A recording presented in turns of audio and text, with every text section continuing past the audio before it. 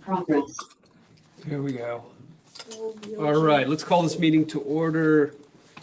5:30, Monday, May 18th. Roll call, please. Member Dillon? Here. Member Castro? Here. Member Elliott? Here. Member Roseman is excused. Member Thomas? Present. Vice Chair Walsh? Here. Chair O'Donnell? Here. We have a quorum. All right, thank you. We have a record of the posting of the agenda. The agenda was available for public access to the City Hall exterior bulletin board and the planning services counter by 6 p.m. on Wednesday, May 13th, 2026. All right, thank you. Acceptance of the agenda. The Architectural Review Committee will discuss the order of the agenda, may amend the order, note abstentions, request for consent calendar items to be removed from the consent calendar for discussion. We need a motion on the acceptance. So moved. All right, got a motion, a second? Got a second. All those in favor? Aye.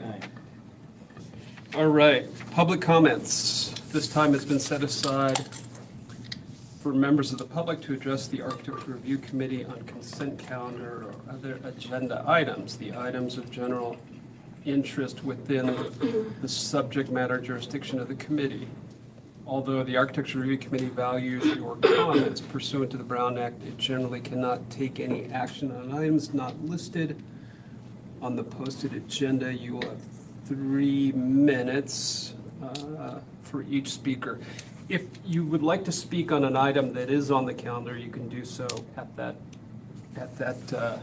hearing time. So, anybody wishing to speak to us on general items? Anybody online? All right, seeing none. Okay, consent calendar. The following routine matters may be acted upon by one motion. Individual items may be removed by the committee for separate discussion at this time. So do we need a motion to approve that or just approval of the minutes? The consent calendar includes the minutes, so Okay. if there's any corrections, now's the time. Any corrections on the minutes? Could we have a motion? I think I only noticed one minor thing, which is, it showed that Member Dillon was both absent and present on one minor. Let's see if I can find it. That was a few months ago. Was that the other one? I think it was previous to that. I noticed the same thing. It was previous, Okay, it was included in the packet for for the the previous first. one. Yeah. Disregard. Okay. Do we have a motion? So Okay, we have moved. motion, we have second. Second. Second. All those in favor say aye. Aye. Aye, all right. Minutes is approved. Excluded from the consent calendar, items removed from the unfinished business. Okay, item 2A, a request by Zachary Green from 100 Mile House on behalf of the property owner, Singway and James Steiner, for a major architectural application to construct a single-family residence on Hillside Lot and administrate a minor modification application to allow for height increase and 10-foot front yard setback reduction on the parcel located on the corner of Cahuilla Hills Drive, case number AR 2025-0091 and AMM 2025-0014. I, like the last time, am going to recuse myself, so I will leave the chamber and turn it over to the vice chair. Thank you. Thank you, Chairman. Could we have our staff report, please?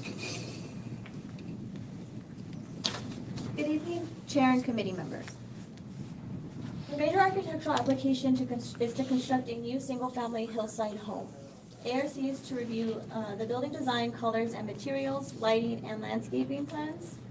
State law requires that a decision-making body apply only objective standards in deciding on residential projects. As this project meets the city's objectives, as outlined in the zoning code, the ARC should advance the project. Additionally, and lastly, this is the third meeting and a decision will need to be made tonight.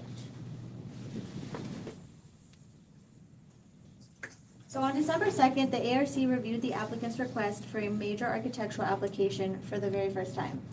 The project site is located on Cahuilla Hills, highlighted above. It is surrounded by existing single-family homes and has a three-sided frontage. So Cahuilla Hills wraps around three sides of the project site. This is the existing frontage from Cahuilla Hills looking northeast. And the applicants provided a slope analysis that showed the buildable areas in white and green and the unbuildable areas in that salmon color. So the applicant is proposing a single-story residence with a detached 4-car garage and a detached accessory dwelling unit. The site plan you are looking at right now is the same site plan that was reviewed the past 2 meetings with minor changes. So the minor changes we'll talk about later on in the staff report, or in the presentation. Sorry.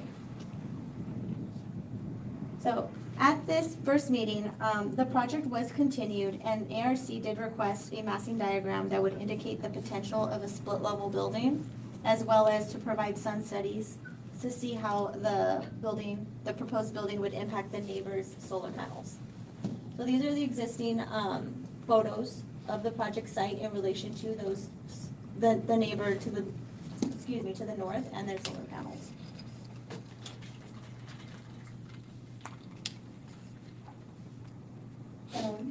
And these are the sun studies that were also provided, as well as the massing diagrams on the top right. So the top left is a photo of a rendering of what the project will be once built, the proposed project. And the photo on the right is a stepped massing to give ARC an idea of what that would look like. So the sun studies were conducted at different points of the year. It was determined that during the equinox months, there will be no impact to the neighbor's solar panels, as well as to the neighbor's solar panels. However, during the winter solstice months, both the proposed development and the step development will have minor impacts on those solar panels. Regardless, the studies were presented to this property owner, who expressed he had no interest in the results and denied the applicant's proposal to relocate his solar panels to another part of the property. So the applicant also provided a line of sight illustration that shows how the views could potentially affect the neighbor to the north. So the image you're looking at right now is of the proposed building and the stepped site plan. So you have an idea of how the views might be affected? Can you go back again? Yes. That's what's proposed, right? Okay. Yes. And go back to there. And this is the stepped. Okay, thank you. Mm-hmm. So at that second meeting, the project was continued, and the applicant was directed to provide additional information, so a schematic floor plan, sections and elevations for a stepped design, and to also provide additional studies from the adjacent homes to the west to illustrate, what might happen to that neighbor's view once the home is built. So the applicant has provided those renderings. The image on the left is the neighbor's existing view, and the image on the right is the view after that house has been built, as proposed. The image on the right shows you standing a little, closer to the neighbor's back door on the terrace and closer to the edge of the terrace.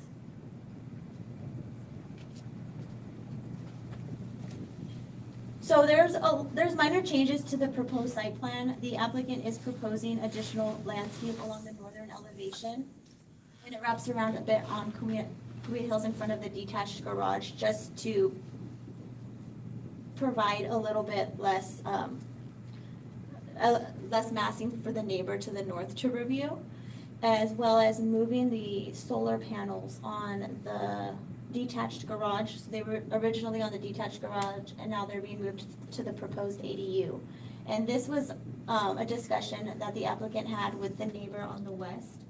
She didn't want to look down and have solar panels glaring her property.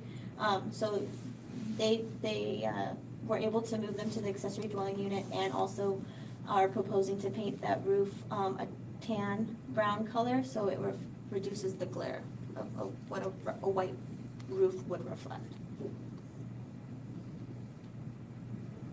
The staff's recommendation is approval, subject to the attached conditions of approval. The applicant is here and available for any questions as well.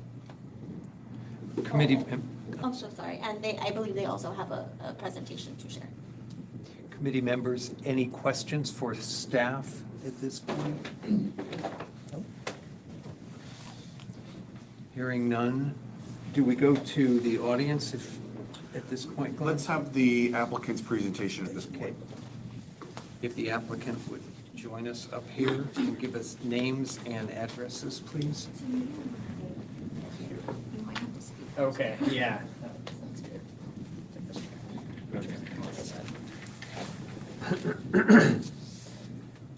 Hello, committee. I'm Dwayne Smith, the principal of 100 Mile House. I'm Zachary Green. I am the applicant on behalf of Signa Sterner and her husband James Sterner.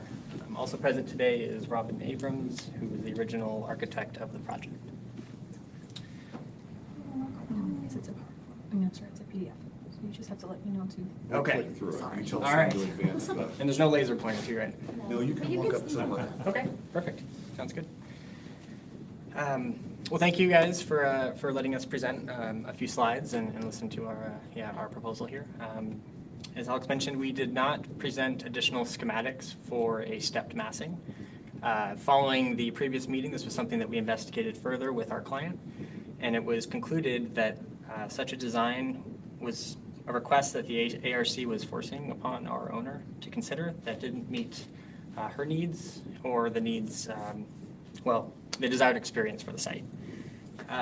We also believe that the request misrepresented the proposed design, and that we and the planning department believe that objectively the proposed design meets the findings and criteria as specified in the development code. So the restudy that we did conduct focuses here on analysis of the existing condition and the developmental precedent set within the neighborhood, and it also outlines a few of the additional steps we have taken to address neighbors' concerns. So the neighborhood over the last 90 years has seen some pretty substantial development. It's a very rocky area. It's been heavily chopped up, and there's been cut pads and fill slopes to create what is an existing condition today. And in the 70s, there was a tennis court that was built on the property that we are proposing our design on. And this tennis court used unpermitted retaining walls to construct a level pad on the north side of the site. So this development throughout the entire neighborhood has left quite a bit of evidential scarring of its history. So, it's evident with cut pads, with fill pads, with clear excavation markings on the hillside, and clear delineations between natural rock exposure and cut fill soil. Next slide. So the current state of the site is left with these 3 pads at different elevations. And this low pad to the north, this is kind of the area of greatest concern here. You can see that there are 2-to-1 laid back slopes bordering it, and that is the result of the retaining walls that were removed. And there was a demo permit pulled for that. But as Alex mentioned, this is a site that's got frontage on 3 sides of Cahuilla Hills Drive. So our proposed design here, it addresses these 3 different pad elevations. And the site strategy as a whole is a split level concept in that each of the 3 structures steps based on their location amongst these 3 different pads. And we have kept development limited to the previously disturbed areas to try to preserve some of the natural character that exists on the site. Most notably this centerpiece rock feature that it's kind of this Whoville-esque beautiful feature on the site that the neighborhood has appreciated for such a long while. So this is a section that the committee hasn't reviewed before, but it gives a good perspective of the proposal here. So this is cutting east and west through Quee Hills Drive, both at the top and the bottom. And what we are proposing to do is essentially elevate the grade of that northern pad back to what we believe is more of a natural point that grade existed at. So it's about 4 feet at the mean elevation there. And what this does is well, one, it restores a bit of natural state to the site, but it also positions any massing along that northern area, which is the largest buildable portion of the site. It positions that massing at a more human scale relative to Quee Hills Drive. So in this configuration, the roof line of the detached garage is at about 7 feet above that street elevation. So when you're driving past that garage, you're not looking at roof, you're looking at structure. Go to the next slide. And as you ascend the curve of Quee Hills Drive, the scale of the house interfaces with the street in a way that feels much more natural than if that elevation of that pad was 4 feet lower. So ultimately, this siting strategy creates a more natural experience as you proceed through Quee Hills Drive.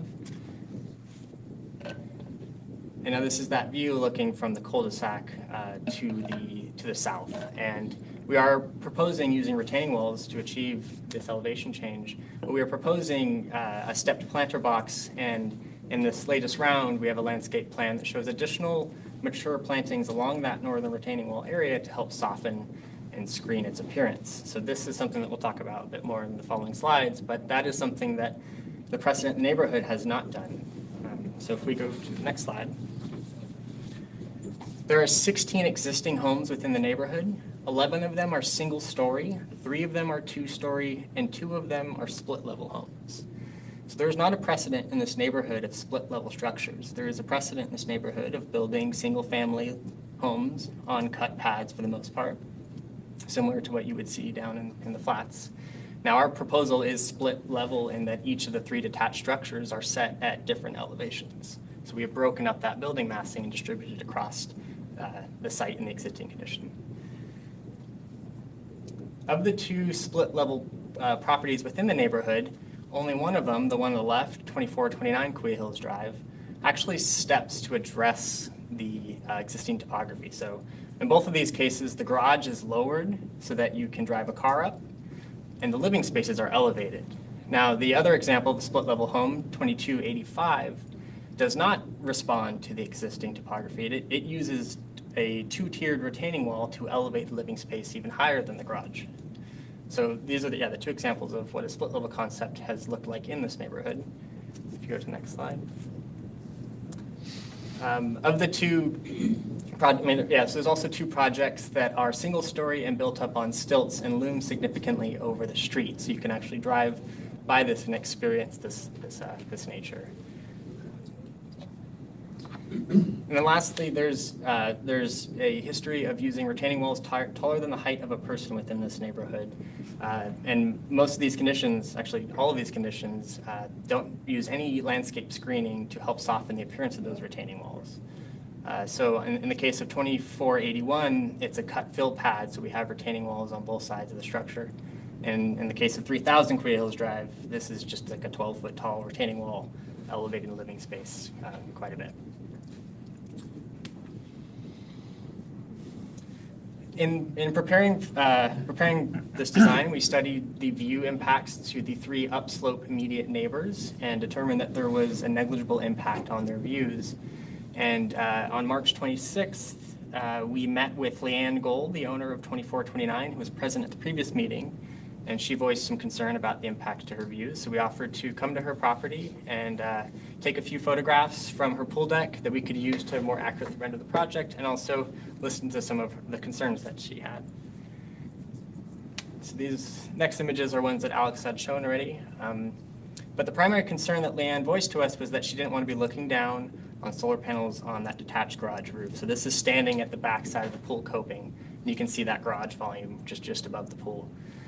So we studied it and agreed to relocate those panels from the garage roof to the ADU roof so that it'd be out of her view. And she said that if we were to do that, she would not have an issue with the proposed development. We also offered to use a tan roof membrane color just to cut down on some of that bright white glare, as Alex had mentioned.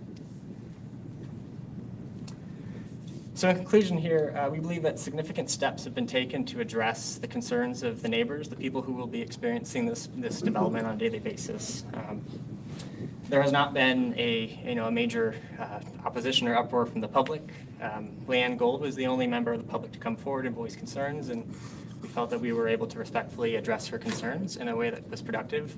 As Alex also mentioned, we addressed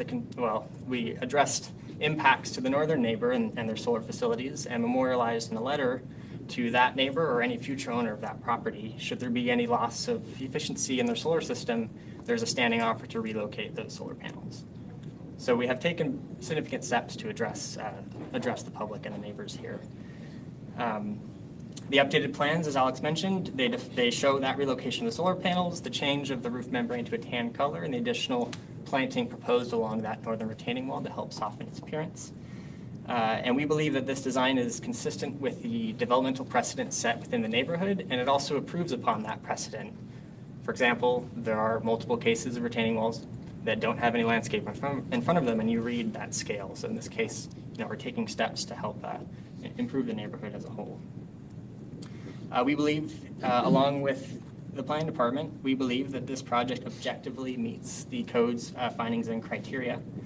And there has been some opposition towards this project, and I guess I'm curious to hear a bit more today. I'd like to understand what specific developmental standards does this project not meet? And, or are there any adverse impacts to public health and safety that this project poses? Because as far as the project team is concerned, we objectively meet the standards as they are defined. Thank you so much. Appreciate it. Questions of the applicant? One quick one. In the plans, there is a spot in the garage for the photovoltaic equipment. Is that moving with the panels themselves to the ADU, or is it staying in that space? We will be keeping that in that closet because it's kind of a dedicated mechanical space. Okay. So it's not altering the footprint of that garage element? Just the panels themselves will be removed. Can you tell me what plant you're putting in front of the retaining walls? Because the legend is it's hard to really figure out what plants those are. Yeah, it's primarily creosote and brittle bush. Okay.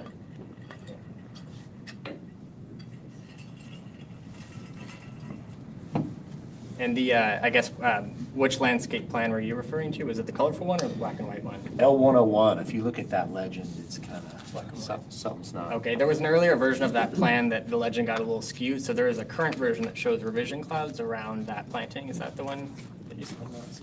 Okay, that might be the older drawing then, which that did get issued in the packet last week, so we had a revision to that packet a couple hours after it was issued. Did we get that? It's on the last, it should be the very last. Yeah, right. Do you have Because I it? thought we had the latest. It's, I believe so. yeah, I don't see those revision, but that's fine. Yeah, this is the package we used. In terms of heights, what is the logic behind setting the main finished floor of the house where you would have the public spaces, living, dining, and kitchen? How did you decide what vertical point that would hit? Yeah, so it being a site that's got frontage on three sides, it's basically an island in the middle of this neighborhood. And we have this Whoville rock, right? And we're using that rock as basically the backdrop for the public space on the property. So to create a sense of privacy, both for the users of the house, but also from the neighborhood as a whole, we set that public space elevation at what it is effectively today, which is that middle pad, which you have to go back a couple slides, but there was those three different pad elevations, and this was the middle pad elevation. And then what is the vertical drop from that point, that finished floor, to the adjacent grade? If we go to, there's a section that'll show that. It'll be the next sheet. Yeah. Oh, sorry, can you go back? Right. Right, so on the On the downslope side, we're at 17 foot 11, which is under the, in this section cut, it's under that 18-foot height limit for the interior. And then, On the upslope side, we're at about 13 feet. yeah, 13 feet. Okay. And on the upper pad, it's even lower because the upper pad is really at just below finished floor. Right. So this is already, the motor court has already dropped elevation from the entry pad level. Right, so you have two different levels inside the public spaces. Is that correct? Is that what I'm saying? Correct. Okay, and so what is the vertical distance on the low one, and what is the vertical distance on the higher one? Oh, from finished floor down to grade. Correct. I see what you're saying. Well, we'd have to I couldn't do the a bit of math. mental math here. So Squinting. 612 is our main level floor, and we're coming down. Right. Oh, it's too late in the day for me to be doing mental math. 604 is existing, so 612. It's 8 feet, 8 feet. 7.5 feet. Yeah. Yeah, it's set high enough that you can walk under that area because we do have a, there's also like a path going down to that lower section, so it's set at, right, no less than 6'10". 6'8". And at the motor court, we're at about 3 feet from finished floor to motor court side. At the motor court, which is again, that's the lower pad, the upper pad, it's just about a foot from finished floor to grade. Yeah, it's at around 6'11", our finished floor is 6'12". Any further questions of our applicant? Thank you. Thank you. Then we get audience? Yes. Yes, okay. We have, for 2A, Ms. Sterner, you can come on up.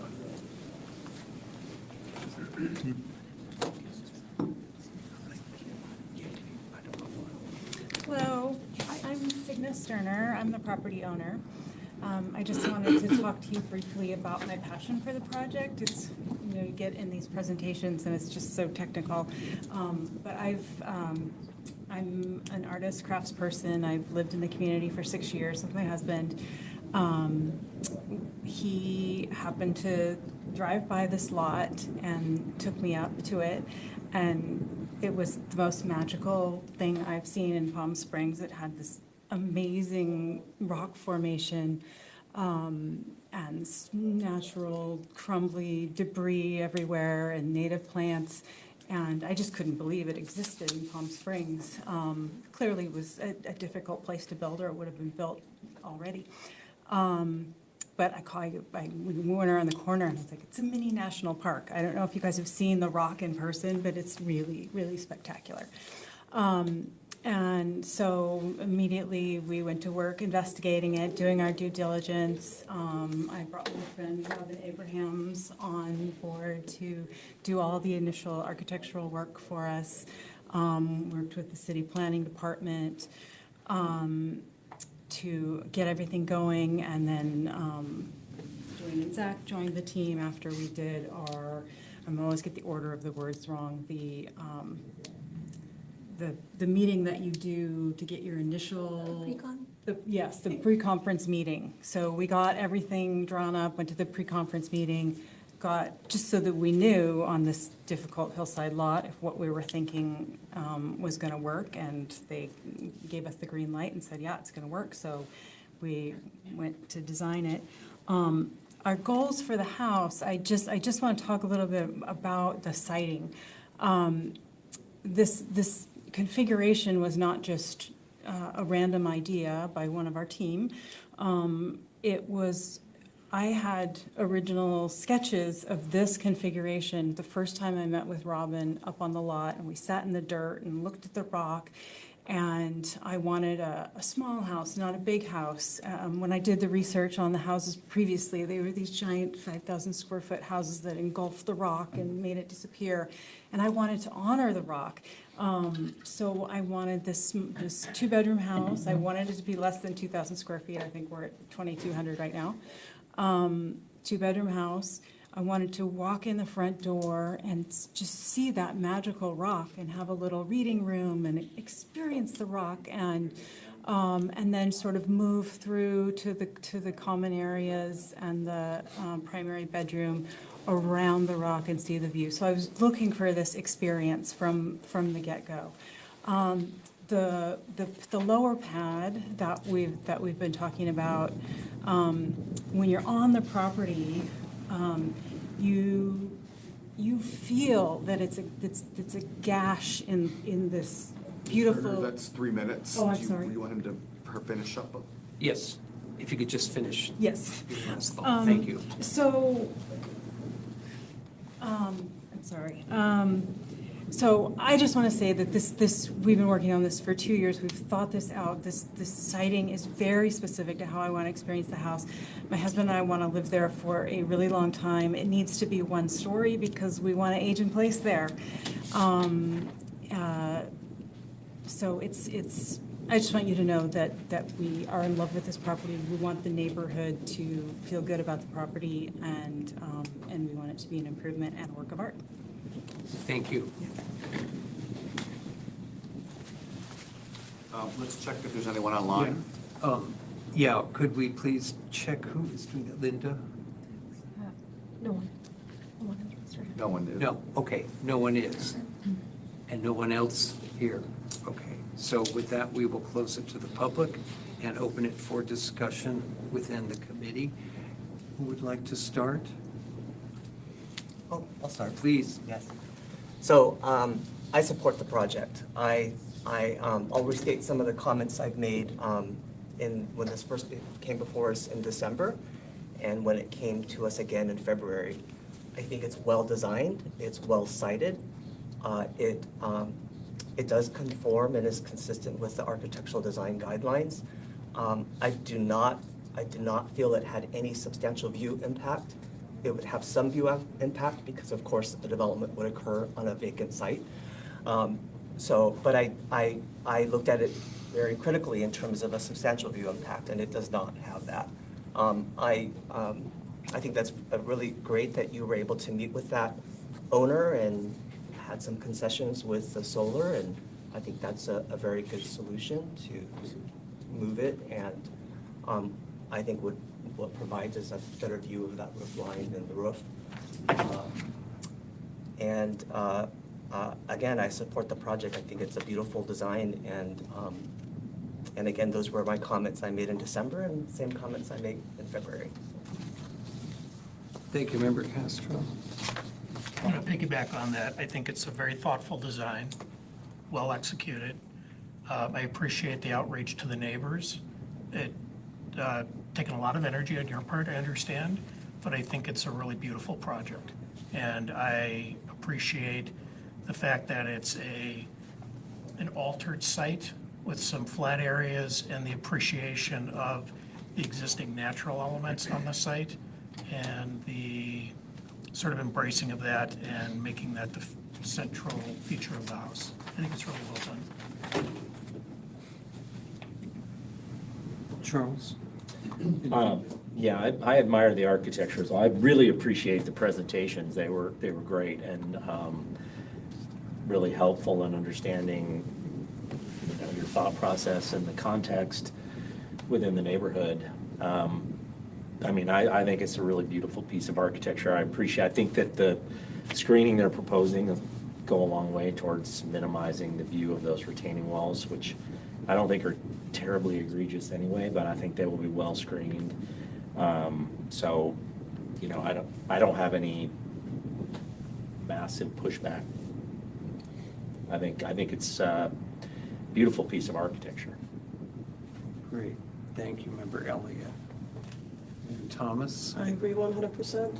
Okay. The spirit of being redundant, I think it's beautiful. I think it's going to be a really nice addition to the neighborhood, and I appreciate your personal commentary because I think it's important for us every once in a while to remember that it's not just a technical piece, but there's also an emotional piece attached to it as well. So thank you for sharing that. I think it's gorgeous. Well put. Here. Thank you. I have nothing really to add. I think that you have done the yeoman's work in terms of your homework on a project like this that has a lot of different ways that it can be laid out and done. And I think you've sort of reached to the level of being able to answer a lot of questions in terms of the overall concept as well as how this would be executed with respect to the neighbors surrounding it and all. So with that, I will leave it open for a motion. Motion to approve. Second. Second. Jump. Any discussion? And if not, roll call, please. Glenn? Member Dillon, Yes. Member Thomas, Aye. Member Castro, Yes. Member Elliott, Yes. Vice Chair Walsh. Aye. Motion passes. Thank you. Congrats.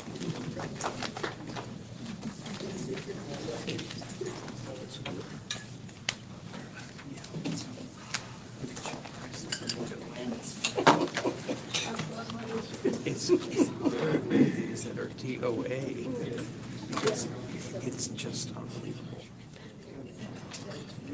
I mean, I should show you, I have a 5-year one. It started 2021. It's The chair is joining us. colonies over on the old Spanish estate. And she's here now. She comes once a month for 3 days. I love her. All right. You ready for new business? Yes. Okay, new business, item 3A, request by Legacy Built Investments and Development LLC, application owner for a major architectural permit to construct a 92,400 square foot self-storage facility on 4.2 acres of undeveloped parcel at 900 North Farrell Drive, APN 507-350-047, zone M1P, case number AR 2026-0010. Alex, are you the planner on this? May we have a presentation, please? All right, so the project site is located along North Farrell Drive with frontages on East Research Drive and Computer Way. The project site is surrounded by commercial buildings on the north, south, and east boundary, and single family on the west across from Farrell Drive. The proposal consists of a 92,400 square foot self-storage facility with 52 ancillary RV parking spaces. The building, just for information, is required to be set back at least 100 feet from Farrell Drive because Farrell Drive is a major thoroughfare and it is adjacent to single-family homes. So that is why the building is situated more towards Research Drive. Here are the views looking north and south Farrell Drive, the existing views. And the elevations. So the elevations you see before you are the ones that were reviewed and analyzed by Planning Commission and staff. The building consists, at the time, of brown and gray stucco with tan and white CMU block and corrugated metal accent pieces throughout. So the renderings, these renderings that you see before you are the renderings that Planning Commission and staff analyzed and reviewed. Planning Commission did ultimately approve the project with recommendations to the ARC that the applicant reconsider the architecture, which includes possibly reconsidering the color, material, and the use of corrugated metal, as well as this getting rid of the CMU gray band that you can see going around the top of the building. So Planning Commission also recommended that the applicant reconsider the tree size. So the applicant had originally proposed 24-inch box trees throughout the site. Planning Commission was requesting 36-inch box trees, as well as screening them up along the north and south property line. So along Computer Way and then the northern property line as well, just so it would help screen the RVs. And consider maybe removing the ficus from the wall. So right now, the applicant had proposed ficus along the exterior perimeter wall of the project site, and the planning commission advised using maybe a different plant, one that doesn't use so much water and is more desert appropriate. So the applicant didn't have time to revise the landscape plan per planning commission's condition and recommendations. So they'd made notes on this existing plan that shows that they are planning to remove the ficus. I believe they are planning on planting bigger shade trees and but adding some more along those north and south property lines as well. Their landscape architect is here, as well as the applicant is here, so they'll allow them to speak more on the landscape plan when they get the opportunity. So the applicant took Planning Commission's recommendations into consideration. We also met with the applicant on May 7th and discussed possible changes to the building.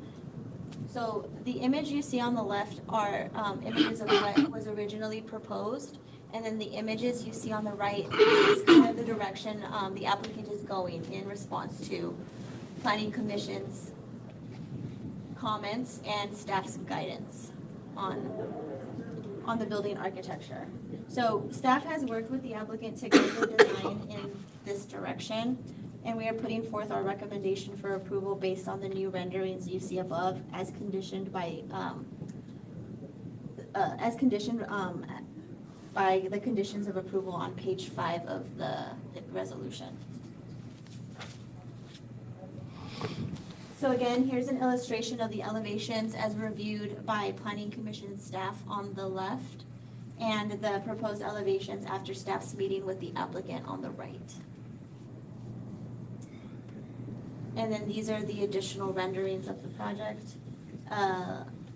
Additionally, the line of sight was added by the applicant. So if you're driving down Farrell, if you're driving down Farrell, you have the property line.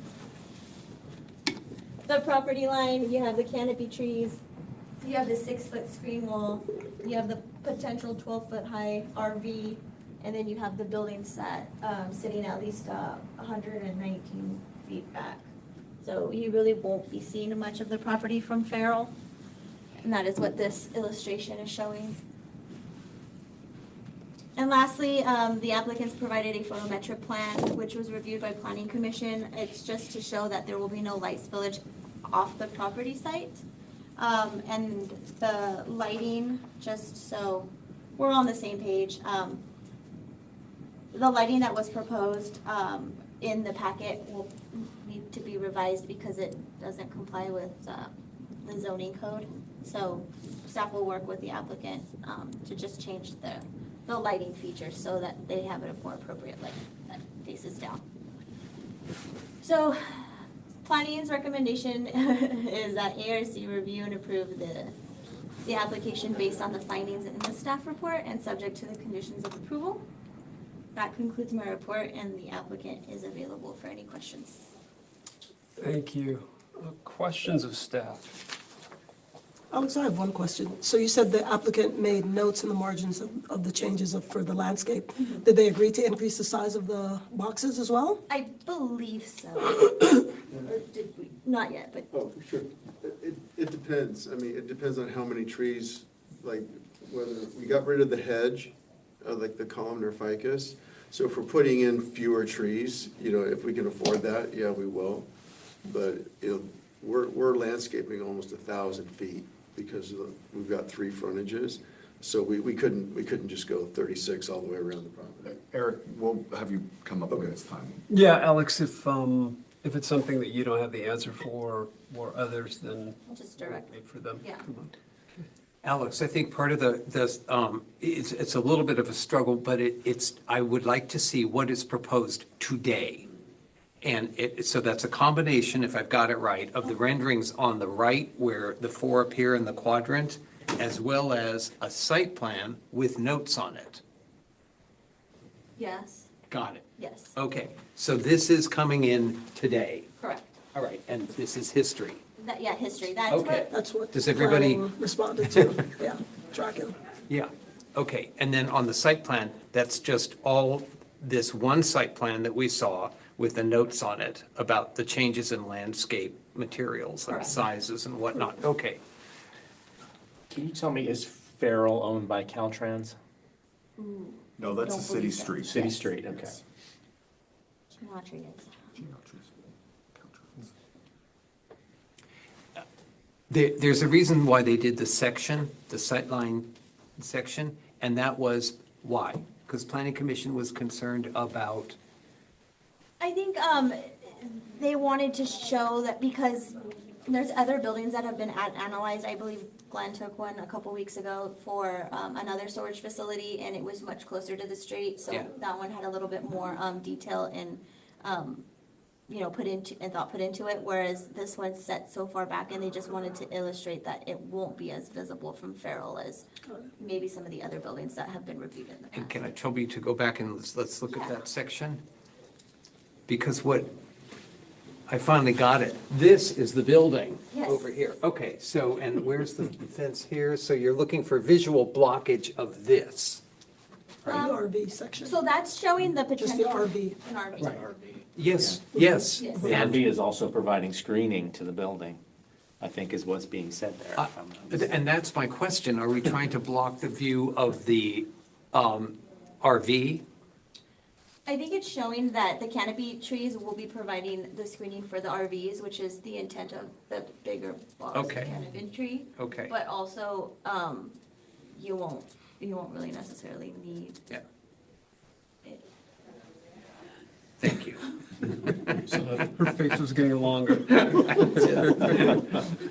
Right, so in Neat some of the clarification. previous RV storage facilities that you've looked at, the ones along Genotry, they're close to the street. They don't Yeah. have the circumstance where the RV parking is along the street, whereas what this proposal is.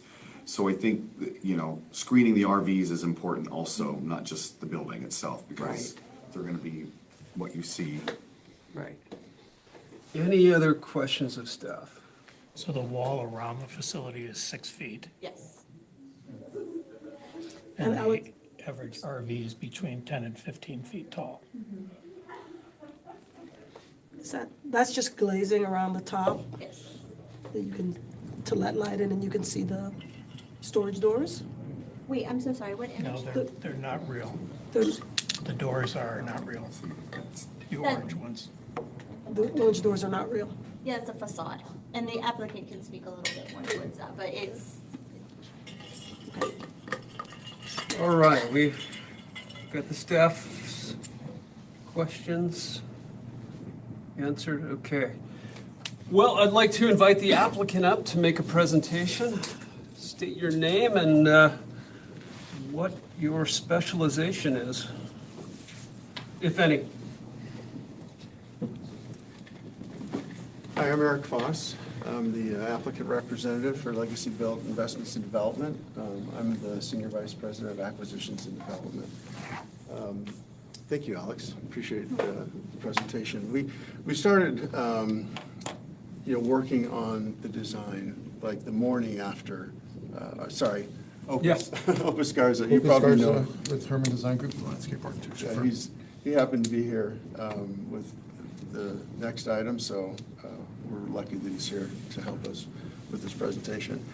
So we started working with Alex and Ken Lyon the day after the Planning Commission meeting.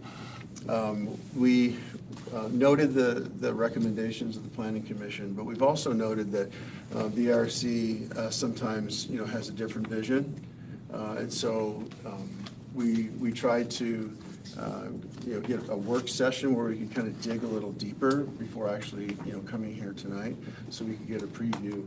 And that was with Alex and Ken on May 7th. And the theme of the work session was, to kind of let this building be what it is. It's an industrial storage building. It's not a retail or a hospitality building, and so the idea of, removing the cornices and, the racing stripe and, some of the things that are actually, very common features in storage buildings, wasn't really Palm Springs. A lot of jurisdictions want you to make your storage building look like an office building. They want you to make it look like it's a building that, people are kind of interacting with in a way that they're actually not. So that's why a lot of modern storage buildings are kind of designed that way. But what we were advised is to have the building, kind of be softer in the background and just kind of recede into the background. And so we took out the striping, we simplified the design, removed the cornices, and we have this much cleaner version that you can see on the right. As far as the windows, yeah, those are an important feature for storage facilities because it confirms to the passerby what this building is. And the way those pop out, those doors are actually just a display. They're kind of on the outside of the building. That's not, you're not looking into a corridor. And there's an insulated wall behind it. There's low E glass to minimize any heat gain that display would, otherwise have into the building. And then the site diagram, was created to show that because of the way the building's set back and the way the canopies are and the trees, the trees are actually going to shield a lot of the RVs and the actual building itself. Right. And then if you guys have questions about the landscape plan, we basically did a markup of the changes that we would like to make, but we just didn't have time to do a brand new landscape plan. But So what you're saying, you got excited about the architecture, but not the landscape architecture? No, we just couldn't pull off getting the plans revised. The architect that did our building drawings, he does, like a lot of work for us, and so he was able to turn those plans around in a few days. But it's a big ask to get a whole revised plan in less than a week, and we weren't able to do it before this packet. Do you guys want to walk us through this quickly? Just In terms of the. Yeah, just sight lines to the building primarily. So what we'd like to do with the tree relocation redesign is more of a kind of staggered look following the wall, but not in a linear fashion so that it can screen those RVs with the canopies. And then the shrub layout, we were directed by Ken Lyons to move away from all these groupings and give you guys more of a natural feeling. More clusters, lose all the different rock textures and have one colored crushed rock going throughout the exterior, one for the basin, and then maybe one for the entry side. We'd like to lighten up the landscape on the interior where it's going to be completely screened by the RVs once they're parked there, so get rid of a lot of that, maybe a couple of trees for softening, but I really don't want those growing into where RVs are going to be parking, canopies getting in the way. We also want to eliminate all of the ficus hedge, get rid of that green wall, and we'll achieve that screening with the canopy of the trees rather than a large green wall that is going to take up a lot of water and then a lot of maintenance. And that was the gist of. So it says pyracantha. Is it replacing the ficus with pyracantha? That was an option of since this went out a week ago, we made the decision to actually just get that done with the canopy trees. So eliminate the 3 clusters of Washingtonias that I have in there and actually just achieve that with canopy trees. Alex, can we go back to the render just so the committee can see? Okay. Can you just kind of walk us through what is still there in those renders and what is being superseded with more trees or?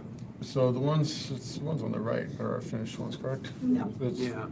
The hedges, we'd eliminate a lot of those. So you'd see more of those pop-outs in the walls. So that's still just something that needs to come up. I know we've got pop-outs in the walls, so we don't have a long linear site wall along Farrell. So we eliminate that. And then the landscape there is pretty reminiscent. I think we'd end up with, this is just a rendering, this isn't our particular design. We'd end up with some negative space and more clusters and not kind of a hodgepodge of peppered landscape. As you said, the hedge is completely gone. Correct. And in your guys' opinion, you've been looking at these a lot more than we have. Are the RVs screened from public view? Yeah, they will be screened. We're using mesquite trees and larger canopy trees. They're going to start at, keep a lower canopy start at maybe 5 feet and let them grow upwards of 25, and they'll be screened from the street. And maybe operationally, can you walk us through how these operations work? The RVs show up day one and they're there for 6 months, and then they leave for 3 months, and then they come. How did these facilities operate? Yeah, it depends on the user, Is it snowbirds that drive in, park, and then? It's a little bit of everything, or a local person that, stores their RV there, and then they take it out occasionally on trips. But one thing, they're not 15 feet. Like, bridges are, between 13 and a half and 14 clearance. So, any RV has to be, below that. So the maximum would be probably in the 13-foot range. So that's just a technical point. But yeah, they come and go. I mean, some people, they get an RV and they use it a lot in the first year, and then they use it once or twice a year after that. So it's a variety. There's movement in and out of the spaces by the renters. And the folks that really care about their RVs, do they put covers on the exterior? Do they stuff reflective foil in the windows? Yeah, What potentially are we seeing when we drive by? Yeah, the expensive RVs, they'll cover them, but or they'll get an enclosed unit. And you have enclosed units? We don't have enclosed RV units in this one. Okay. And operationally, can you tell us a little bit about, you said that the part of the advertising to the community so that they know that this is a storage facility or these window elements, much like a Walgreens or where they have pestle and mortar in the window, and they get away with it because they kind of wiggled into the zoning code in a way that it wasn't signage. It was argued as part of the building. Tell us a little bit about operationally.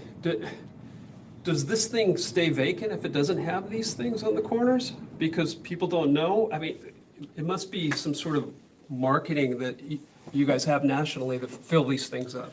Yeah, like I said, it's a very common feature on self-storage buildings, regardless of who owns it or who manages it. Showing that series of doors, confirms to the passerby that it's a storage facility. And most people rent storage facilities that are within, their neighborhood. Many people have driven by the storage facility that they rent, as opposed to going online. It's actually very common to rent the one that you drive by all the time. So, having that visual, to confirm, oh yeah, that's a storage facility. When you need it, it's there. That's already been confirmed. So you have done this before? This style? This type of Yes. projection? Okay, and are you proposing to put one on the two front corners at Farrell? Yes. Okay. Are there other ways of doing that? Have you done other ways of expressing the doors in an elevation that don't quite look like that? Let me rephrase. We Please. think architecturally that that's not displeasing from a massing point of view, but is there another way to say it's self-storage, signage, I don't know, balloons, something else other than this? Is One this of those wavy guys? one of those wavy guys? We could add that, but I mean, this is just kind of the industry standard. Okay. What about peeling back the corner of the building to put actual windows, looking at actual storage units? Well, the heat gain issue would come into play, and we would lose rentable square footage, which would be problematic. So it'd be a rearrangement of the interior layout Yeah. is probably the driving. We'd aspect of lose, that. we'd lose rentable square footage if we did that. That's why these are actually, sitting on the outside of the building. Right. Yeah. The signage is pretty substantial. Yeah. So I think if somebody was looking for a self-storage unit, the big sign that says self-storage might communicate that pretty clearly. It would, yeah, but we're gonna have a lot of the building screened. So, if we can have these, visual features on the corners, it would really be important. There's kind of as far away from the street as the signage. Right, but the signage is in the middle of the building. And on the corner monument sign. Yeah. If the committee requested you to get rid of one of them, but not both of them, which one would you want to keep? Is my partner Tony on the call? Because there's something a little odd about the symmetry of Jumped out at me. those things floating there. Does this, do the doors, the red doors, does it imitate what's happening inside? Yes. So there's like a long corridor of red doors? Yeah, and the color depends on who's managing the property. Okay. We use national management companies like CubeSmart and Extra Space Storage. Is it illuminated in the evening? Does it look like a kind of a window box? Yeah. It is? Can you physically walk back there? So there's a man door that allows people to go in and change the lights, Okay. Clean the glass. Yeah. Okay. But it's not a functional space. It's not an access? No. Okay. It's not, it looks kind of like you're peering into the building, but you're not. It's not one of the hallways. So depending on the operator, those doors could be a different color than orange. So it's just a placeholder. Right. But that's sort of the universal symbol for self-storage? Yes. Yeah, it has become that. Alex and Glenn, could we condition a specific color? You could. What is your proposal now? It's this red? Yeah, I think CubeSmart is probably gonna be our manager, which is why we depicted red. Yeah. You could. So it's not in a location behind glass that we have no purview over, we could It's condition this. Signage will come in as a separate application, and that's based upon what the sign ordinance allows. The sign code says anything that is off the glass, 24 inches off the glass, is not considered a sign. But can we consider it an architectural color or an architectural appurtenance, something that's hanging on the building? Well, corporations have their corporate color and they like a corporate color, but we could explore that. But it's not technically a corporate color, right? If you're saying that the end user is determining the color based on their standards. No, the manager, it's usually the color of the management company. Like if it's Extra Space Storage, it's green, and if it's CubeSmart, it's red.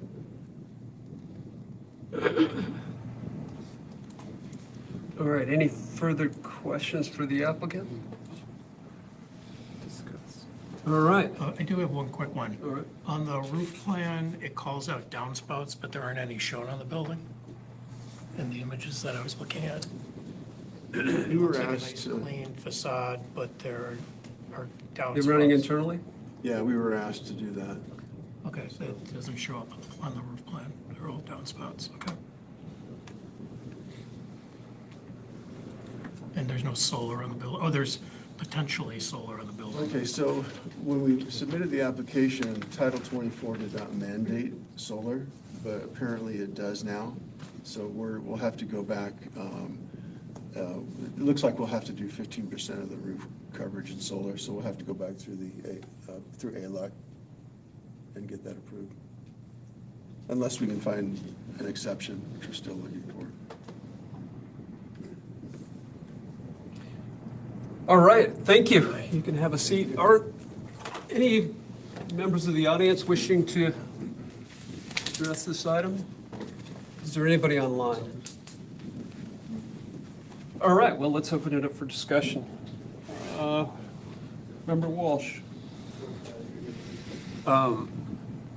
It may not be wise to start with me, I don't know. Okay. Member Elliott. Well, it's hard for me to comment too, because it's hard to see where are we on the number of meetings that they've had? I mean, This is the first meeting, so we have okay. additional meetings. Because it just feels like we need to see a plan that's responding to the comments. And may I dovetail on what now you're you're asking there? My question would be, how many, because I got an education here in terms of how many maximum public hearings are allowed, and residential is a different number than commercial.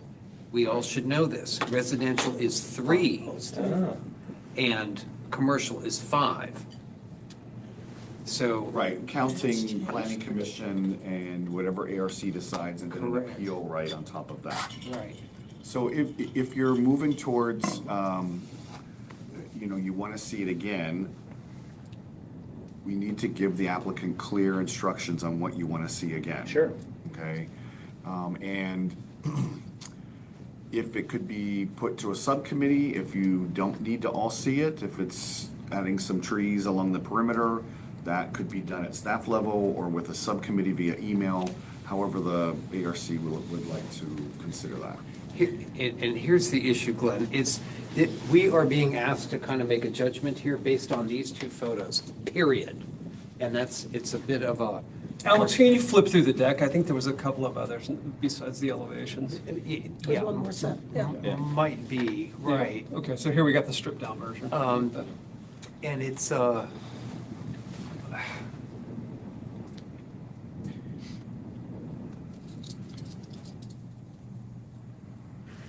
Do you want to see physical examples of materials, or what would? there are a lot of ways of proceeding here. It just seems like this from our perspective, is something where we would like to probably have some input with some changes to it. And you would like them to probably be prescriptive changes. At least point them in the direction that the ARC could do an approval. And I'm sure you have already, but the Architecture Review Committee conditions, Plan 9 through Plan 14, you've reviewed those, right? Those are conditions that Yes. staff took from the Planning Commission and then kind of added to try to, simplify the building and naturalize the landscape design. So we've already put those conditions in. If you wanted to add or change them or remove them, that's possible too. Excuse me, Alex, so that's on page 2, right? Because where it's a staff meeting with applicant? 5. Of the conditions of approval. Okay, and were the staff, where it says staff meeting with applicant, were those bullet points all integrated in what we're seeing today? Yes, to the best that they could do in this short amount of time, but the bullet points you see on page 2, those were turned into conditions in the conditions of approval on page 5. Okay. Do you want to read what those are? Do you want me to read those? Simplify elevations, remove the cornice, these, right? Yes. Yep. Remove the cornice, let's see, delete the color stripe at the top of the masonry building, naturalize the landscape, increase the number of broad canopy trees and place them closer to the sidewalk to provide shade. and then to fully screen the RVs up and down Computer Way and the northern elevation. Choose an alternate plant to the ficus, and then I guess minimize the use of palm trees because they provide little shade and coverage. Okay, let me start by giving these guys some feedback. I think the direction that you guys went, that you guys got excited about, they're positive, right? This positive change from what we saw before. I think this committee is one that's looking for honesty in the building type. We're not looking for a building that mimics an office building. We're looking for something that addresses exactly what this thing is. So the massing, the colors, the materials, all those seem like they're going in the right direction. One of the things this committee does get, and this is short notice between Planning Commission not wanting to do something twice, we get that. We do get complete applications, meaning an updated site plan that would be reflective of exactly what you want to do. And then potential renders that show the RVs parked in the parking lot with the landscaping that you want to show with the building in the background. I think with that level of detail, everybody in this committee would be going, okay, we can get you guys along with an approval with a couple of conditions. But until we see that, it's a little hard to completely understand the scale of the RVs, given the 6-foot wall, given the residential setback, the height of the building, all the pieces that are going in and viewed from the public way. So I would challenge, I think one of the things that I would say, if this is going towards a restudy, is what would this building look like if it had one or the other of these pop-outs and doors gone?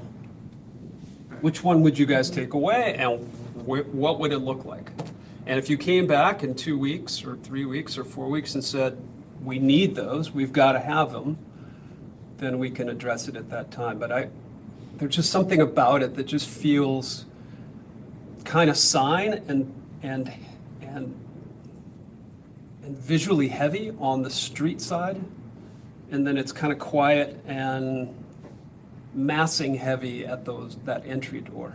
That upper render image, just the doors feel squat and the piece feels very, very heavy. So I don't know if that could be, pulled down from the top rather than peering over the top. If there's some way to pull the top of that parapet down so that it felt more like solar control with signage on it, but not a parapet on top of the roof. And it may be aligning with the roof, but from this perspective, it just looks like it's sticking up higher, and it then gets very heavy. That is, it caught my eye immediately. It looks top heavy. And I do realize there's been a simplification of the massing of the building from left hemisphere to right hemisphere over there with the slides. But I would worry about that, and I would try to make something a little more streamlined with this projection, not so top heavy. Yes, it's just proportionately feels odd. Proportionately, and I don't know if it's the perspective. It could be that. It seems like it's really like floating, and even like floating much higher on that upper elevation too. This corner, these two corners. And there again, if you put your landscape into these renders, it would help, right? Then we would have this thing layered in the foreground. We'd see the middle ground, and then if you were to drop them into Google Earth and we had San Jacinto or San Gorgonio in the background, we would then have the complete picture of, oh, this is how it sits in the landscape. But because you were trying to get the idea to us, and the ideas are generally going in the right direction. So, I would say also, use that setback along Farrell. It's pretty good sized landscape area to do just more layering. Like you could get, You know, more shade on the sidewalk, which I know there's not a lot of foot traffic in that area, but still getting trees out closer to the road and pull them away from the wall so you can get other trees behind them too. So you do get a layering of landscape along Farrell, because that, I think, is going to be, you know, from the neighborhood perspective, your most important frontage along, you know, the roadway there. So more layering in that area. And then pyracantha, I don't think you're going to be able to use that's close to the airport, but I may be wrong about that. What's the challenge What with is that? pyracantha? The berries make birds drunk, and then they fly into airplanes. Interesting. Wow. Yeah. I could Yeah, use so they're that. not allowed to be used. They're very close. Can we eat the berries? Yeah, let's have some.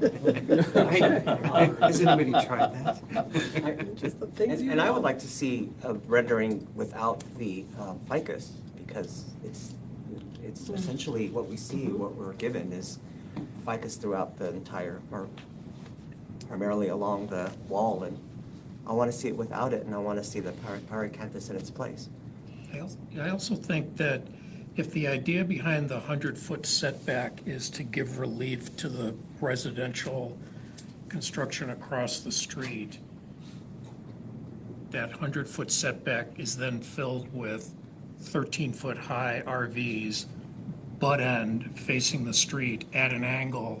So as you're coming north on Farrell, you're seeing the long profile of 30 RVs potentially that are twice as high as the retaining wall that's there. So the landscaping and the layering of It's it critical. is hugely important for mitigating what's essentially a really potentially ugly view on Farrell in both directions, but primarily from south to north because of the angle of the parking.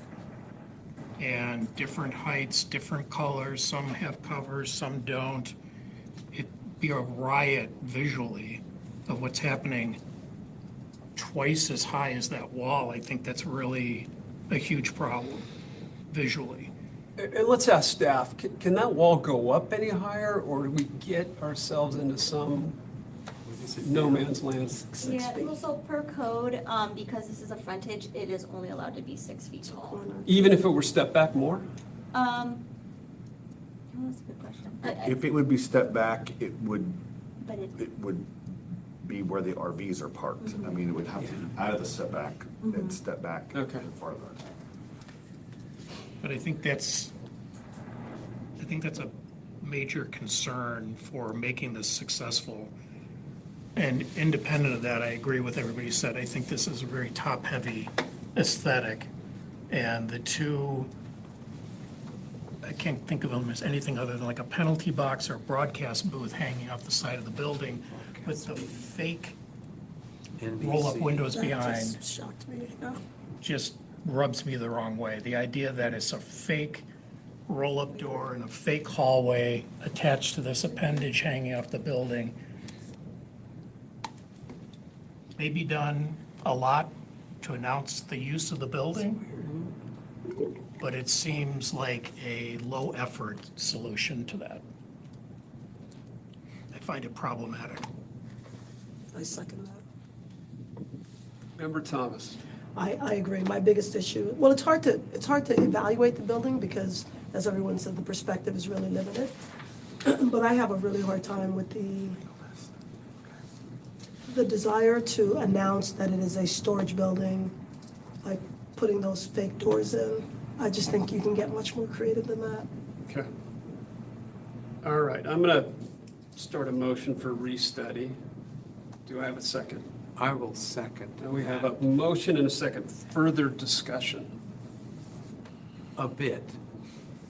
Part of this is, it's the difficulty, like we're running down the road, making corrections and integrating better ideas, but it just needs to stop and get a snapshot of where it is now, so we're all clear, and then make some changes along the lines that we're speaking of. This is the first time we've seen this, so. It's an incomplete plan. Alex, can you enumerate our points back to us? yes, so Walsh Lance, Castro, Dylan, all agreed top heavy. We want to reduce the Mass. massing of the building on, especially Research Drive, and remove one of the corners on Farrell. Elliot requested a layering landscape along Farrell with trees closer to the sidewalk. And we probably should do our research if pyrocantha can be used or not. Additional renderings showing the RVs parked with the accurate landscape plan as proposed, and views from the public. And let's see, additional renderings without the ficus along the exterior perimeter wall, and possibly removing the fake doors and window facade. Alex, can we add to that the inclusion of solar PV if they're required to install those, and what it potentially will look like? Yes. All right, we got a motion and a second. Can I ask a question? Yep. So I know signage is a separate, because I am sensitive to the fact that the applicant is trying to make it an easy read, that this is a storage unit. But the signage issue is separate and apart from this process. I think it would be helpful to get some perspective on where the signage could be placed, would be placed, because I think that is inherent in the decision to make these doors, this bump out and this Yes. easy read. But I think if we can have them think about how they could possibly call out the fact that this is a storage facility. Because I agree, I mean, it's gonna be 100 feet back, it's gonna be on a very busy corner. And I think the truth of the matter is, having used storage units, the first thing I do is I go online and find the one closest to me. And you're gonna go online and probably find it online, and then you're gonna make a determination on the one that's probably closest to you. So I don't know that the building has to do all of the work, because I think most consumers are gonna go, I wanna find a storage unit for 6 months, and I live here.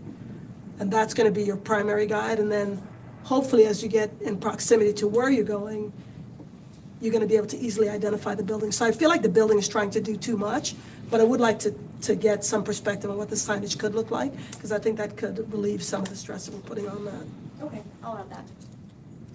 Alex, is it clear, and you've got clear direction back to the applicant? Yes, yeah. Okay. It was a good discussion, yes. All right. It was a Can- constructive discussion. Can we have a roll call vote, please? Did it include Chair O'Donnell, Yes. Vice Chair Walsh, Yes, for restudy with those comments. He was the second, so. Okay. Yeah, but this and is the- important. And the question, I apologize, I just want to make sure that when it comes back to us, we not only get the things that we asked for, but we get it in the context of a complete plan, because therein lies the rub, right? It's really difficult to evaluate this because we don't have the perspective, I think, that Member Dillon asked for, and the landscape plans that were asked for as well. Right, I think the applicant is here and here's what they're asking, yes, shaking his Can I head. ask a question? Yeah, go ahead. Is it possible to do a conditional approval and have these details worked out in a subcommittee? No. No, yeah. Subcommittees are, yeah, they're just somewhat onerous. Because just final point is like, this is the company's 50th project, so like we have a lot of experience in, designs and satisfying conditions and stuff like that. So we're certainly skilled enough to do that. If you'd be inclined to do a conditional approval instead. I think we have a motion and a second. We're going to go through a vote and we'll see how it lands. Right, continuing with the roll call, Member Thomas, Yes. Member Elliott, Yes. Member Dillon, Yes. Member Castro. Yes. All right, we'll see you back here. Okay, thank you Thank for your you. guidance. No one's clapping for me?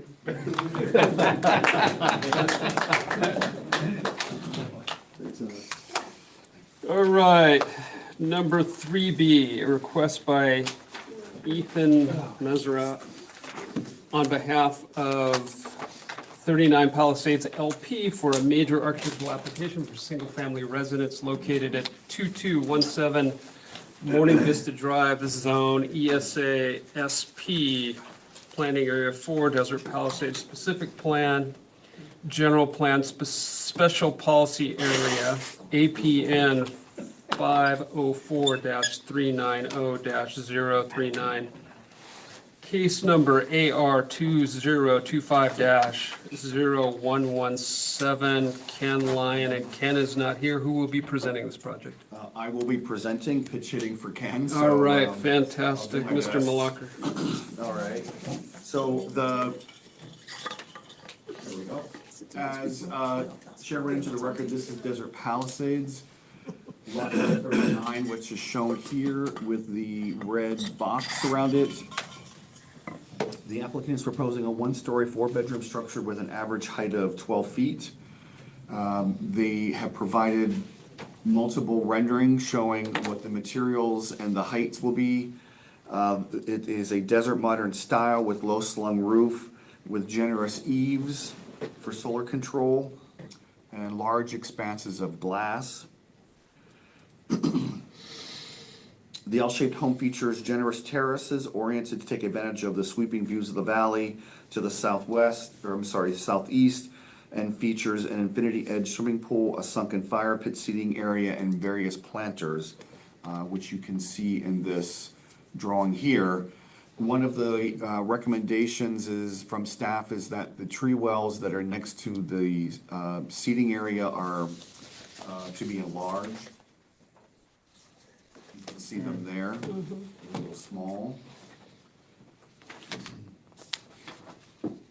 Showing some of the building materials,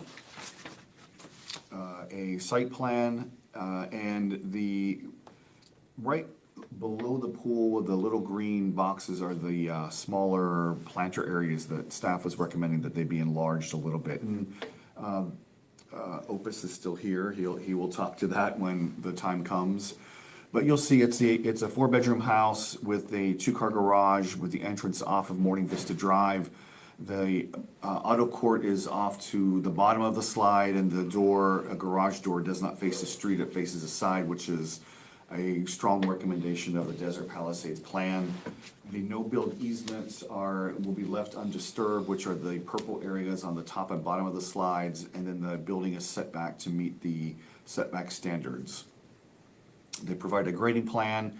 The front of the house along Morning Vista will have the water retention area where the water drains towards the street, and that's the area there, a little circles area towards the north.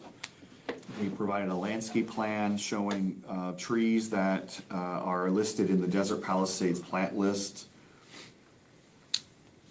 Lighting plan showing low lights. As you all know, less light is better in Desert Palisades. And then building elevation showing the plane or the pillow. It meets all of the height standards within the natural grade on all four sides. And then a cross section of the flat one level house as proposed. Also, they provided some perspective showing how the house will relate to the street. The top portion is looking at it from north-south. There it's labeled southeast, northeast, southwest, and northwest. As I mentioned, there's a floor plan, a roof plan. What's obviously missing is the solar that's required on single-family houses. The applicant most likely can talk about the solar. And then the color material boards. So, Chair, that concludes my report. As I mentioned, we're looking at enlarging the tree wells at the seating pit adjacent to the pool, and all areas that are graded be renaturalized. On the no-build areas, which happens when grading occurs. So that concludes my report, and the applicant is here. Well, Mr. Malaker, thank you for pinch hitting on this. We'll try not to throw you too many That's fine. fastballs. All right, questions of staff?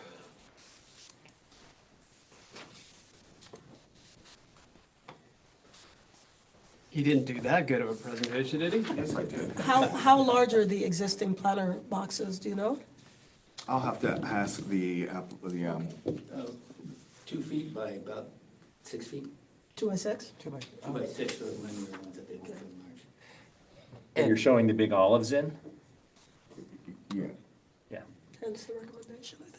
Yeah. And Glenn, when you say larger, is it because to support the growth and the planter, for the actual species? It gives the trunk space to grow and roots to go down.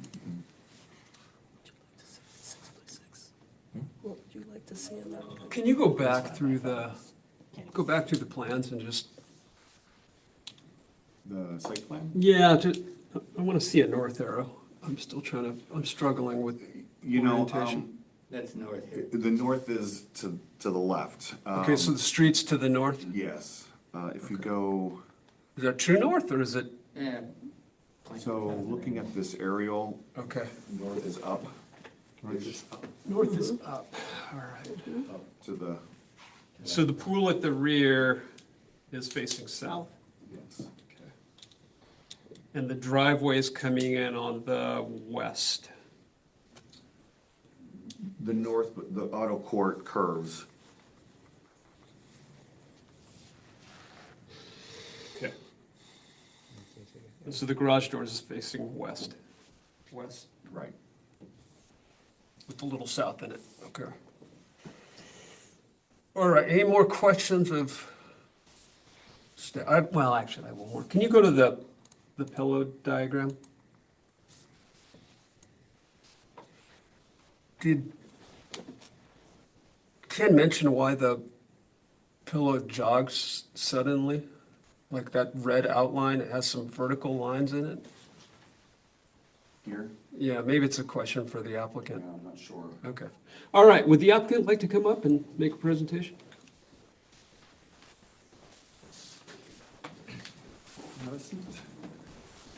I'm Scott, I'm the architect, and to clarify, it's Mr. Mizrahi, the developer, it's not the Mizrahi residence. Okay. It's not his personal home. The pillow jogs because, State your name. I'm sorry, I'm Scott Schwartz, Hi, Scott Schwartz. Scott Schwartz, the architect. the architect. Okay, landscape architect. And owner. I'm Ethan Mizrahi, the applicant. Applicant and, This was in front of, Representative of 39 Palisades LP. I'm also the general contractor with Silver Rock Development. all right. Okay. this came before you guys on a preliminary in 2024. And so then that was sold as a pre-approved with Palisades approval, and then I took over as architect when that architect and property owner sold it to my client. Your question about the jog. Yeah. To be accurate, this plane here is different than that plane there. So where I'm doing the cut is where the planes of the building step, to be accurate at the base of that piece of building, which actually makes it a little tougher. So rather than just come all the way in the foreground at the lowest point. Did your 3D program allow you just to take the terrain and pull it up? Does it look as good as this does? Like everything's consistently underneath it? This is my drawing. I redid it. Is there a pillow over can you put a pillow over the top of it and it doesn't intersect any of those corners? No. Okay. So the pillow comes off of that plane, and then it's stepped because it comes off of that plane, and then it drops again because of that plane. So at each of the different planes, rather than go 18 feet right across the front, it's a point from there up, from there up. And we did have a roof plan, and didn't make the presentation, I guess, that showed basically an elevation at each of these corners down to existing grade. So that's what the 18 is representing, is a point there, a point there, a point there.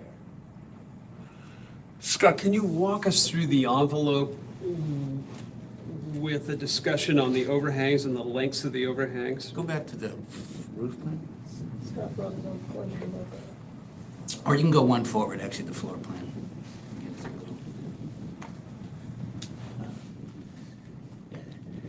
So originally, the building did not have an overhang in this portion, which we added. This was half the distance, took that out. And this side was flush. And we brought that out to the setback. We can increase that a little bit, but we just went to the normal setback, not the no-build setback. Because we do have larger overhangs here. But And this is primarily west, right? this is primarily west, yeah, but we have 1, 2, 3, the bedroom windows, and then the kitchen, which is recessed, or the bathroom windows. So there's 3 bathrooms that are closer, that are tall and narrow. And the lot to the west of this property, is it uphill or at about the same elevation? It continues up. Continues up. Did you have any privacy concerns? No.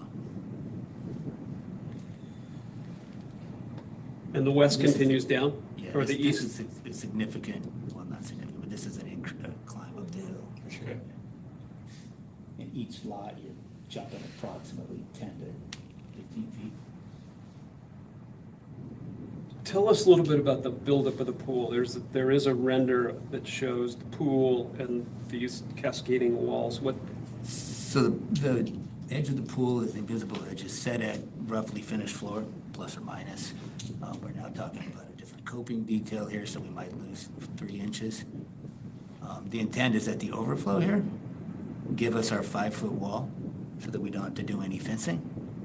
And Ken had said that was a concern visually, so for screening of it, if you go to the section view.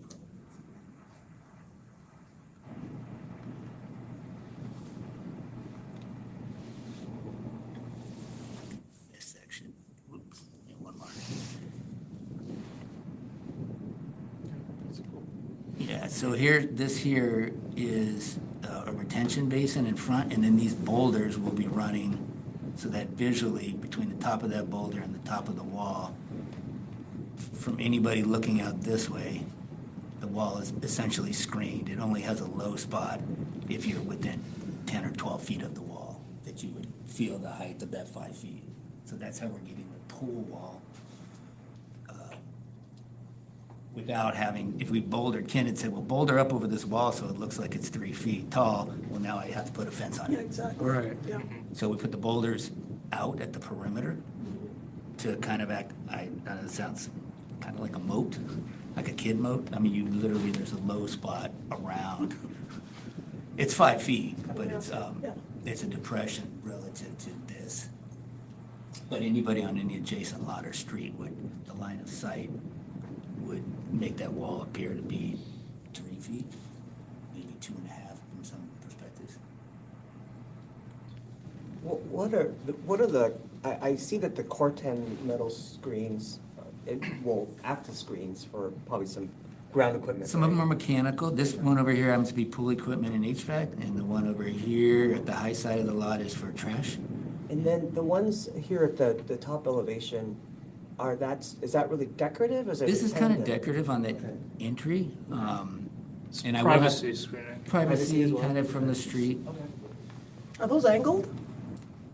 No, they're all in plane, but they step. They're in different elevations. Okay. And this one is into the master bath. and tell us a little bit about wind screening of that front door. It's primarily northwest facing? Correct. Do you have a projection there? Yeah, that door's pretty deep in there. Yeah, it comes in quite a bit. I don't know, this would be, there's a little bit of stuff coming in here. We definitely have this door on there. You have the Corten screens and the planter and landscaping too, that should absorb some of the dust. When I look at your elevations and sections, what do you envision your roof framing to be? It's 11 7/8 flat TJI, 1 foot thick. Okay. And then across there, which we didn't show just because it's so minimal and it kind of clutters up, we actually have, between the height of this parapet, we have a very slight taper of foam coming back. So It's essentially a flat roof that water goes off to the edges. you're going to sheet, Into an integral gutter? okay. Integral into the fascia. Yes. Okay. And I believe the rendering has a rain chain shown. And all of that goes There, so they're to- coming down on these chains. There And you this are. is all picked up by Okay. drainage. We've got one over here, one over here, and this far corner. And then those are all picked up on the grading plan. So you're sloping to those points with some foam composition. Yeah, with just a taper. It won't, visually, it'll look, essentially, it's exactly like this from a distance. And the fascia that I see would be metal. This yes? is metal, yeah, maybe Okay. possibly like a bonderized, something that's, blends and is natural without. Somehow you have headerless doors. So depending Yeah. on how you. So we have framing that to go full height. Creative framing. Yes, so we have some cantilevers picking pieces up with change of framing direction to get all these floor-to-ceiling glass. This rendering was done by the previous architect, and even though the model that she showed me, this visually just doesn't appear right, but that is actually like a 5-foot overhang on that wall. I think it was just a poor choice of perspective where it looks stubby, but the wall. And that's south. This is south facing, yes. So this, it was about 4 and I increased, it was 42 and I increased it to 5 feet. Okay. Along this wall. And you can see here in the courtyard, she had none on that short wall, and we extended that one out 6 feet. Wise move. And what's the length going into this large sliding door? What's the length of that overhang? Just 13 feet. that overhang's 13 feet. That one there. But how about over here into this family room or left, This left, one here? left, left, left, That- left? The primary- Oh, this primary one's 6 feet. 6 feet. So it's 6 feet all the way around. Well, it varies because of some setback, and then we did 6, 5s, 13s, 6s. Is there a good view of the west? That was the entrance, first render. This guy. No, that's north. There's Oh, I'm sorry, west. Garage? I don't think there's one. There's not a render of the west, Okay. it's just the elevation. There's the 3D topos. Yeah, so here's the west Okay, so the series of pop outs and then. pop-outs, which is what we have a 2-foot overhang on, and those have the tall, narrow bathroom windows. Okay. These are bathrooms, right? And this one, right now, that I stopped it at the regular setback. Okay. Have you made any provisions for guest parking? It just always, I look at the plans for many homes up there, just, I don't know how that works. No, I mean, what's there in the driveway is So, what's there. so a guest would come and park in the driveway. Or on the street. Or on the street. They tend to park on that street because of those wide, it just kind of becomes a DG. Scott, can you go to the site plan, or whoever's controlling, can we look at the site, landscape plan? Keep in mind that in previous Desert Palisades, people were adding pads off the street, and that is not allowed. It isn't It's allowed. not allowed. That's Unless it's inside the setback. odd. Or inside the property line. Parking. Right, it's not allowed. We've gone over this many times in Yeah, Palisades. so here's the face of the curve, right here. Yeah, you go through. Is that essentially in the This is- driveway, is that this- essentially a parking space? This?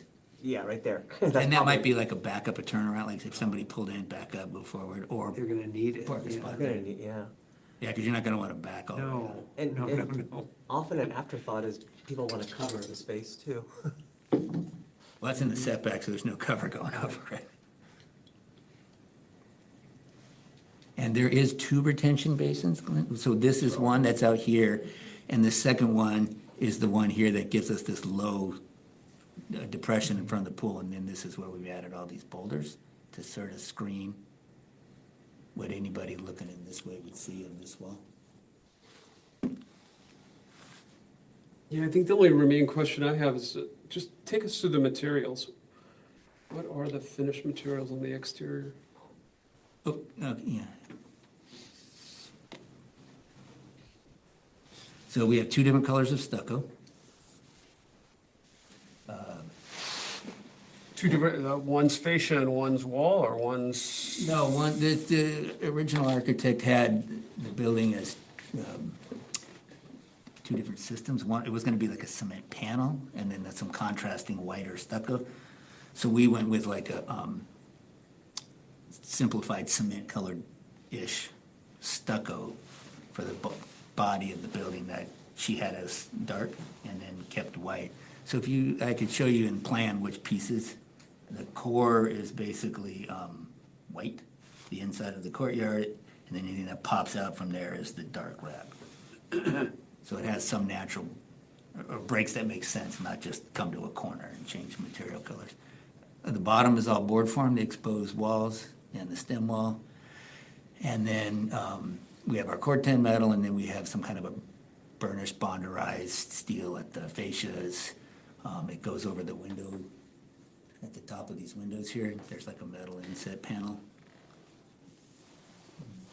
Is that dark metal used at all the parapet, the cap all the way around? No, it'll be a matching color. 'Cause on the front, it didn't have that contrast. Correct, yeah. So if you go to the render.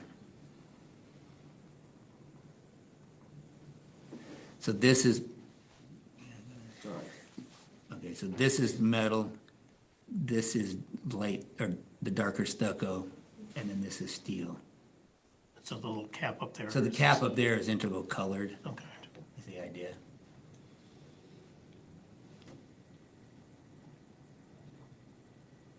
So Scott, is that fascia that we're looking at, the dark fascia? Yeah. Is that taller than 12, 13 inches? Because, is there a little parapet on This there? one here matches the parapets that was designed intentionally to go all the way up. This one is actually the thickness of the roof, and I think they kind of missed it in the render. This is the 12 inches of the other fascias that are at the lower elevation on off the plate height. So if you go to elevation view. Okay, yeah, so all of the fascia is this is called 12 inches. These ones are all, let's call it 24, where it goes up and becomes parapets, and then all the overhangs. And the one at the entry also, I think you had to go back. This one here would match the overhangs of the flat, so it needs a little bit of a parapet because of the way the entry's going. We had to do some water catch there differently. But we're trying to keep that at like 12. This is 24s, these are 12s. And these are the little parapets on that you wouldn't see from any perspective, but basically from right in the middle to here is my tapered wedge of foam that gets us our slope. And the crawl space that you're showing, you got all your ducting running through that? Ducting, mechanical, we have HVAC equipment sitting under there. This piece of this porch, this patio has what's called a little three-sided stem walls. And underneath there is where that access panel would be, so you won't see it unless you walk onto the property, turn the corner, and saw the access door. We're doing no vents visible. We'll do all mechanical ventilation in the crawl space, so we won't have any holes popping up with vent screens around the thing. And you're saying that that base piece is pour-in-place concrete? That's board form. Just natural gray. Yes, natural grade board form concrete. So your HVAC in its entirety is under? Well, the air handlers are, and then the condensers, the units are outside, inside of this Yes, enclosure. Your ducting, So then the ducting is all on the floor, correct? you got it all on the floor. In the crawl space, correct? Okay. There is no room, obviously, on the roof. Oh, some people do things. Well, I know that the dog runs at some people. The little, you know the one I'm talking about, right? Can't unsee it. The little boxes across the roof. No, we didn't. All right, any questions of the applicants? All right, guys, thank you. Thank you. All right, let's open it up for member discussion. Member Thomas, what are you thinking? I think it's beautiful.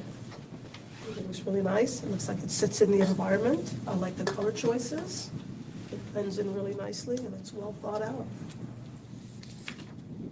Okay, Member Elliott. I like it too. I think it's, I think the landscape plan is really, I mean, my beef was with the exposed walls at the pool. But, you know, I think the boulders will provide a pretty decent amount of screening from below, which was really what I was most concerned about. And I think you've got enough landscape in there where that it won't be oppressive, so that's really good. So the word moat didn't alarm you? No, I'm a big fan of a moat, actually. Okay. Yeah, it's like old days, Capability Brown and the ahas and the ha-has and all that. That's old school. Okay. Nice proportion, huh? Yeah. So I think it's. I think we see those renaturalizing too. You'll get the Encilia growing in there. And Yeah. those guys are going to 4 feet high anyway. And Yeah. Looks good to me. Member Dillon. I don't have any other questions other than just a quick one about the Mendocino reed grass that's used on the plan. My understanding is that it requires a lot of watering in a desert environment. So I was curious about the water intensity of that particular plant. Right, they will need to submit it to the Desert Water Agency for review. And if they come back that that's not a plant that they like, they'll have to revise it. Do you have perspective on that? It's not a plant I know, so I just looked it up on San Marcos is saying that it struggles in Southern California, so. Yeah, because it's a northern Yeah. California plant. That was my one question. Otherwise, I think it's a nice looking house. I want to steal his thunder. Member Castro. I too very much like the design. I like the colors and materials. It's well cited in this setting. I agree with staff's recommendation to some of the strips for the landscaping, the planter area. Probably could be increased by another foot. I think it's 2 by 6, I think, but perhaps 3. Not too generous, but They're shaking their head yes. I think it will afford a little more space for the plantings within there. I think you mentioned about parking, and I think it's often an afterthought for that third space or that guest that has to park under the sun the whole time. And and the afterthought is usually like, oh, let's put 4 posts and a cover somewhere on the property. But that's not gonna, I think it's fine the way it's designed now. Did the architect have a comment? Scott, were you? No one's visiting in the summer. No one's visiting in the summer, what's the residents typical here, it's not Yeah. too many year-rounders. There's a I few. think the average person who's gonna use this house will be there 6 months out Yeah, of the year. yeah. Vice Chair Walsh. I think it's a very nice plan. I think the house has a wonderful modesty to it. I think that it starts with, you have a very clean, well-worked-out, rational floor plan. And nothing is too tall, nothing's too over the top. And it looks like the type of home that will look timeless 20, 30 years from now. So, yeah, we see some things that are over the top. And that it's just well executed. And it will hopefully be easy to build. Okay, I think I'm hearing nothing but positive comments here. Does somebody want to venture a motion? I move to approve per staff's comments. Okay, we have a motion, we have a second. Second it. We have a motion and we have a second by Mr. Castro. Do we want to add anything in there about the landscape that might not survive?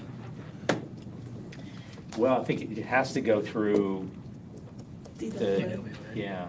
I think they're only looking at it, aren't they, for water use? Looking at water calculations. How many of them are there on the plan? There were a fair number of them. They didn't count how many there were. Yeah, Can we suggest something else? I would suggest that they consider something else. Okay. Something that's gonna survive and not use a lot. Are you guys hearing the comment? We would gladly take those out. Okay. Something that's So that- easier for that's a everybody. condition. Something more desert friendly. Which is what these were. This was on their approved list? Yeah, we're, Not something I'm familiar with. Yeah. So be it. You just closed your eyes and pointed? So the recommendation has to be. Okay. So that's a condition that Glenn is taking down. All right, we got a motion, we got a second, we've got some minor condition to visit a landscape component. Could we have a roll call vote, please? Invasive. Member Thomas, Aye. Member Castro, Yes. Chair O'Donnell, Yes. Vice Chair Walsh. Yes.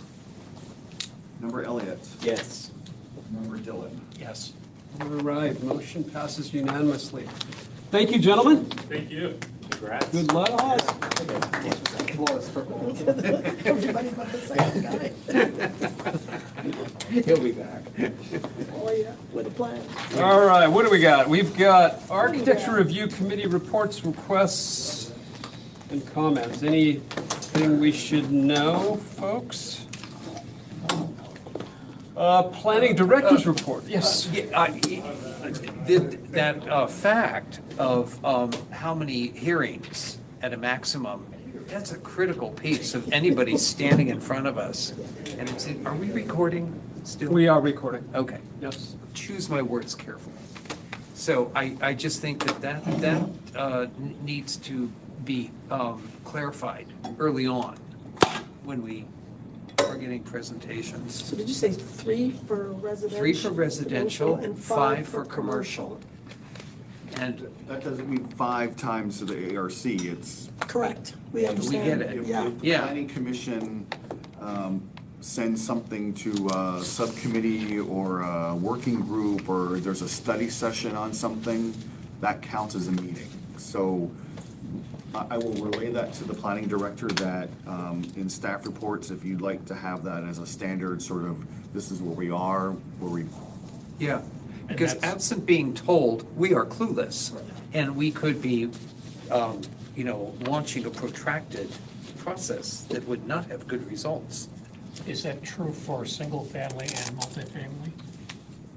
No, single families only hillside and special areas within the city, and that's why we see it 3 times, because it doesn't go to planning commission. It just comes to us, so we get 3 bites at that apple. And in a commercial project, it's going to them first, may go to a subcommittee, may go back to them, and then come to us. So yeah, accounting of the commercial projects is important, otherwise we'll know how many residential visits they've had. The reason I ask is because there was a multifamily residential project that came before the committee, and it was a approve or reject situation. And it was the first time we had seen it. That, I think, was an affordable housing project, and the city was keen to get that moving. Yeah. Right, and it had been appealed to the city council before it got to you. Yeah. So it was at its end. It was at So that its- was a 5 Yes, it was. 5-meeting project. Yes, so it went to planning commission, and then there was an appeal, and then it came to you. So that is not normal, hopefully. Yeah. Yeah. It's when we're faced with those that we have to be very, where we're stuck, we have to be very prescriptive of what we want if we're gonna approve it. Yeah. In those, I don't say very common situations, but we could have those. All right, well, let's adjourn this meeting at 7:28, May 18. Thank you all. Thank you all. Thank you. How did that first project go?